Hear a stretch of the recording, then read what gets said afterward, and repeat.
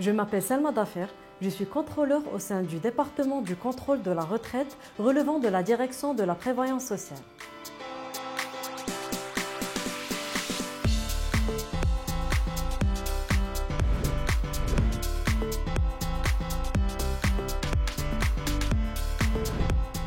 De formation financière et comptable, j'ai occupé le poste d'auditeur interne au sein d'un organisme de prévoyance sociale avant d'intégrer la CAPS.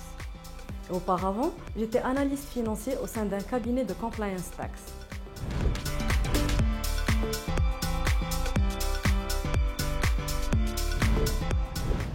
Faire partie de la CAPS, c'est être au service de l'intérêt général, et ce, en veillant au respect des droits des affiliés, assurés et adhérents.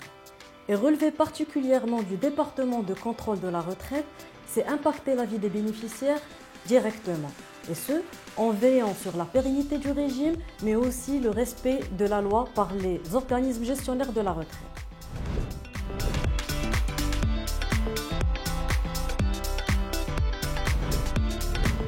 En tant que contrôleur des organismes de retraite, je suis en charge de la réalisation de deux types de contrôles.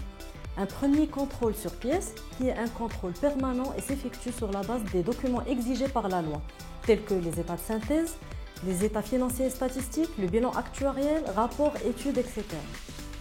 Le deuxième contrôle est sur place. Il constitue une suite logique du contrôle sur pièce, à travers des missions de portée générale ou encore à thème spécifique.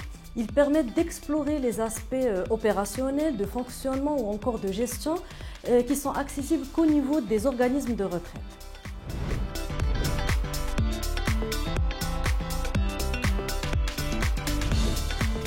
Dans ce métier, il faut mobiliser un noyau dur de compétences, telles que la capacité de synthèse, d'analyse, l'esprit critique ou encore la capacité de prendre de recul vis-à-vis des documents et aussi une capacité rédactionnelle.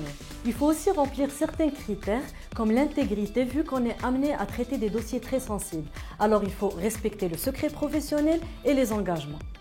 Aussi, il faut avoir du bon sens et de la rigueur, notamment vis-à-vis des chiffres, pour communiquer une information fiable. Et enfin, vu qu'on est en relation directe avec les organismes de retraite, il est préférable d'avoir une aisance en communication et un sens du relationnel.